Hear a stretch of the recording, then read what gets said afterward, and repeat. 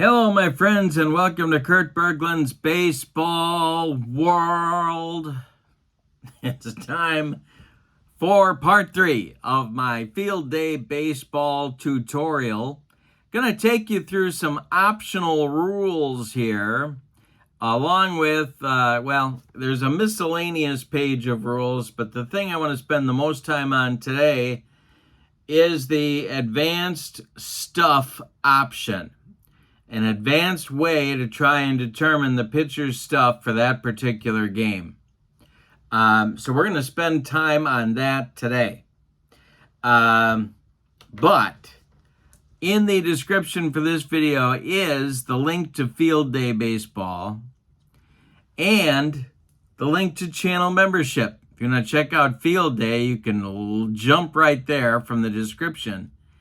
And channel membership to my channel gets you access to members-only videos like this one. If you like tutorials, that's where you need to go. You need to be a channel member. Also, you get discounts in my secondary store, $10 off per set, $2 off per individual team, and you get free gifts from me every month. So that's a great value as well. But with no further, and at the end of this video, I'm also going to tell you what I think about Field Day, at least at this point. So stay tuned for that. Let's take a look at these last few remaining rules. We are looking at the team sheet, and I'm going to use this 3x5 card to or 4x6 card to kind of show you what I'm doing here. We're looking at the Andy Messersmith line, and these are his stats here. These are his base rating numbers for stuff. But then there's a more precise way of looking at his balk and pickoff number. But in the blue here is a more precise calculation of his hits allowed, walks allowed, home runs allowed, and strikeouts allowed. So what you're able to do, and the instructions talk about this on the pitcher page, which is page 1 actually of the instructions, is that you can take a D10. Now notice I'm not taking just any D10, but I'm taking a D10 with a 10 on it. If you don't, you're going to have to pretend, like, for example, if I took this 10, D10, I would need to pretend that this 0 was actually a 10. Okay? So, what am I doing? Well, I'm rolling the D10. Now, I rolled a 7. So our magic number for this stuff rating experience is 0.7. Now, for the hit column for Messersmith, we're at 1.8. We're starting at 1.8. Then we have 3.1 for walks. For home runs, we have 3.2. And for strikeouts, 4.4. Now, we're going to take our 7 and we turn it into a decimal. So we divide by 10, basically, is what we're doing. And now we're going to add to these numbers. So we're going to add 0.7, and that will get us a 2.5. We'll add 0.7, that'll get us a 3.8. We'll add 0.7, and that'll give us a 3.9.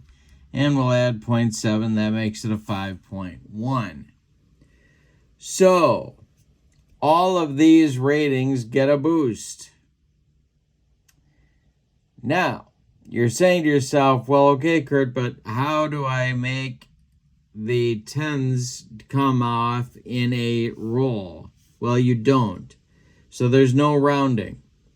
So 2.5 becomes a 2 for his hit chance. 3.8 becomes a 3 for his walk chance.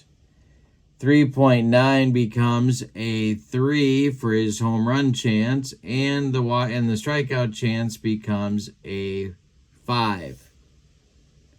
You don't round up, you round down. These become Messerschmitt's stuff for the game. Now we know that the typical ratings for all four of these is 1 through 6, but if rolling for stuff gets you to a 7 for the strikeout rating, then what you're going to do is to make the dice roll 16 a strikeout. If it gets to 8, then 15 becomes a strikeout. And if it gets to 9, then 14 becomes a strikeout. So it's possible for the strikeouts to go way up, again, depending upon your strikeout ability of your pitcher.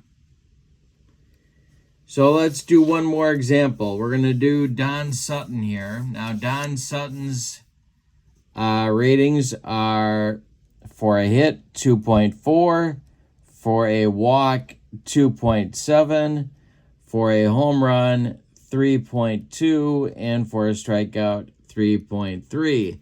I'm going to roll my D10, and we're going to add 0.1 to all of these. And as it turns out, Sutton will give up really nothing different than he started from. None of these move. What has to happen is that these numbers have to move the original ratings to the next whole number. And none of these do. So Sutton's ratings will be 2, 2, 3, and 3. That will be the result of his stuff roll. The strikeout bump that we showed you down here of getting to a 7 or an 8 or a 9 with the addition of your D10 would only happen for a major strikeout pitcher.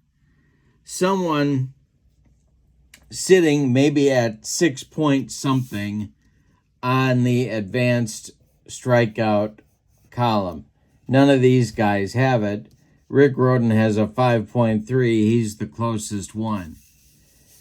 Very few pitchers are going to get the bump where you wipe out a 14 roll on the batter card. So what would happen here if Hal King was at bat against one of these guys, his ground out to first would become a strikeout. And if it was a 9, then his 15 roll becomes a strikeout, and you just ignore what's already there, and so on. All right. So those are the basics of the advanced roll for determining a pitcher's stuff. You start with your D10, you divide your D10 result by 10, you take that decimal and you add it to what you see here in blue. Now, do you have to do this? No, you don't. So, for example, for Don Sutton, you could use his regular tall pitcher card, roll a D6, and generate your numbers that way. Or, alternatively, you don't even have to do that. You can come back to the sheet here, the team sheet, and use these numbers straight off the sheet. That works also. So you got 3 different ways to determine a pitcher's stuff on a given day. Now, I'm going to talk about sort of the pros and cons of this at the end of the video. I'm coming back to it. But before we get to that, I want to talk for a minute about page number 6 in the instructions. Page 6 has a bunch, it's like a catch-all. But the big thing about page 6, it's called miscellaneous. And what you'll see here is that for people that are very concerned about randomizing the out rolls in a more, well, random manner, there are ways to do that are shown to you here on this page. And then there's some sort of, like, for example, if you know Enos Slaughter, he made a mad dash home from first base on a single and really made his name as a ball player by having done it. Even though the relay throw was bobbled, he didn't really score from first on a single, but that's the legend of Enos Slaughter. There's a rule in here that allows that to happen if you would like to have a situation where it's possible for that to happen. Stuff like that is on the miscellaneous page. None of the miscellaneous page is essential for what you're doing. It adds a little flavor to what it is that you have with field day baseball. Let's take a quick look. All right, there are some double play chances here. There's a relay play where instead of using the outfield arm, you're using an infielder arm because your outfielder is throwing to the infielder who's then throwing to the base. So there's an option where you can do that. There's fielding distribution system. What else? Infielder muffs the catch on a stolen base attempt. Catcher muffs the catch on a play at the plate. Your mad dash, the Enos Slaughter thing. Who covers the bag on groundouts to the first baseman, pitcher, and the end of the inning. So these are all things to try and make your out distribution and who's handling the ball more realistic, maybe, than it is on the original cards. Oh, and there's one other thing about pitching that I wanted to talk about, and that is when a pitcher gets shelled, if a pitcher allows 7 or more runs, or he's got the fatigue, and fatigue is really cleaned up, in my opinion, in field day over what Fall Classic does. It's a much better system. But basically what happens is your hit number becomes 6, your walk number becomes 6, your home run number becomes 6, and your strikeout number becomes 0. That's what happens when you're fatigued or when you're shelled. What is the fatigue system? Well, the batters faced endurance rating is the BF endurance rating is batters faced and is used to determine when the pitcher begins to tire, when the end number is reached. So let's come back to Don Sutton here. He can face 32 players. And when that 32 batters, and when that happens, see the 32 right there by my finger? This is, the S is with for starters. The R is if he's used as a reliever. All right. When the end number is reached, so for Sutton, that's when he's got 32 batters. If 2 runners subsequently reach base in the same inning, he is shelled, and his ratings become this: 6, 6, 6, and 0. Or if there are already 2 runners on and the end number has been reached, then the next hit or walk in that inning will shell his ratings. Or a home run will immediately turn him into a shelled pitcher, batter 32 or later. And endurance does not take effect if pitching a shutout. Relief pitchers can't pitch in more than 3 consecutive games. The batters faced number for all relievers is the total faced in consecutive games.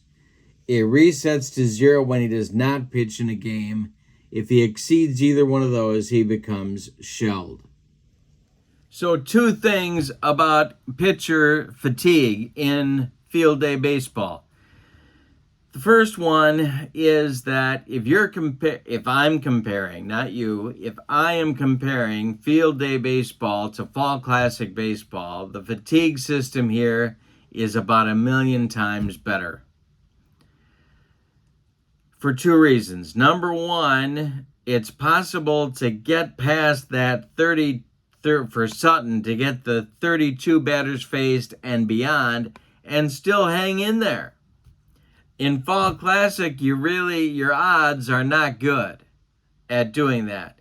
Your odds in Field Day aren't great either, but they're better than Fall Classic. And when you become fatigued in Fall Classic, or what they call shelled in Fall Classic, boy, you drop off a cliff and you are now batting practice. In Field Day, I'm not so sure. That's going to depend upon the roles a little bit, and you might be able to make it for a while being fatigued. I'm thinking about a ninth inning situation. You're not throwing a shutout because that doesn't bring fatigue into play. If you're throwing a shutout, you're good, baby. You keep going. But if you're not throwing a shutout, let's say your pitcher is allowed 1 run. And then the ninth inning starts, he gets the first out and 2 guys reach base. Now he's shelled. He's fatigued. But in field day, you might be able to get those last 2 outs. I promise you in Fall Classic, you're not going to. I mean, the Fall Classic fatigue, once you are fatigued, it's nuclear. I mean, it's Hiroshima and Nagasaki all rolled into one on the pitcher's mound. Kaboom. But in Field Day, you might make it, and that happens. And that's why it was frustrating for me in Fall Classic. That batter's face number, you fall off a cliff after that. So if you don't get, let's say you're Robin Roberts and you face 36 batters and you haven't thrown a complete game yet, you're not going to. Well, Robin Roberts threw a lot of complete games facing more than 36 batters. But you're not going to in Fall Classic because it's Hiroshima and Nagasaki, baby, right there on the pitcher's mound. Kaboom. So, I like the Field Day fatigue system 1,000,000 times better than Fall Classic. And I certainly like it better if we're talking about doing a season that's not in the last 20 years or so, when batters faced is really everything in today's game, or at least times through the order. Nowadays, you hit that number and you're out of there regardless. Well, baseball didn't used to be that way, and we used to have a lot more complete games. So, you need a system that's able to adjust for that, and Field Day does it. Now, having said that, the role for stuff may not be your cup of tea, and I understand why. For many of us, maybe most of us, your randomization comes from the dice. If your pitcher is pitching well, it's because not only is his card good, but because the dice are being kind. I don't care what sim you're talking about. So it's an intersection of the luck of the dice plus the ratings of the pitcher. The dice are random. But now if you're rolling for stuff, your dice are influencing the ratings of the pitcher. So you've got 2 kind of random pieces working at the same time. Now the criticism that you could make, and I'm not sure you'd be wrong, is to say the dice provide a lot of randomization just by themselves. If you're going to have the dice randomize the ratings, now you got a whole lot of randomization going on, And how sure are you that you're going to get a realistic portrayal of that player, that pitcher's ability? And I don't know the answer. I'm a little nervous, though. The more randomization we introduce, the more nervous I'm getting, because the randomization takes you away from that pitcher's ability. Now, you've got to have those dice fall just right to get you back to where you should have been in the first place, which is an accurate depiction of the pitcher's ability. So that's where playtesting comes in. I want to see how these pitchers do in this system. And if you decide to pick up Field Day, and I think there's a lot to be said for it, hey, don't get me wrong. The way that the pitchers in those 4 categories, hits, walks, strikeouts, and home runs, can interact with the batter card and the batter abilities, I'm all for it. I like it.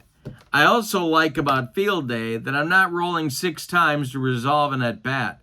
In fact, most of the time, I'm rolling 1 time to resolve an at-bat, and boy, do I like that. There's too many sims out there giving us not only elbow tendonitis, but downright Tommy John surgery needs because we're rolling the dice so many times to resolve a single plate appearance. Drives me nuts. Especially because you don't need to. You can build a system, and Field Day proves it, where you have batter and pitcher interaction and you're not rolling the dice 2, 3, 4 times to see what in the world happened. The patience. Some gamers must have the patience of Job to be rolling and rolling and rolling and still not know what happened on the plate appearance. I don't have that patience. Field Day resolves not every at-bat, but the vast majority of them. You're doing 1 roll, and then you might have to look, but you're done. And you move on to the next at-bat. I like that a lot. I also like the fact that Field Day takes into account a multitude of factors defensively, pitching-wise, and at the plate to try and demonstrate the actual ability of the player in some detail while you're only rolling once. That's a big hit for me. But as I said before, the question is there too much randomizing going on that pulls us way far back from the actual ability of our pitchers in the sim? That's the question that I want to have answered, and that's what I'm watching very carefully for as I roll Field Day. If you have questions or thoughts about this video, please add them in the comments below.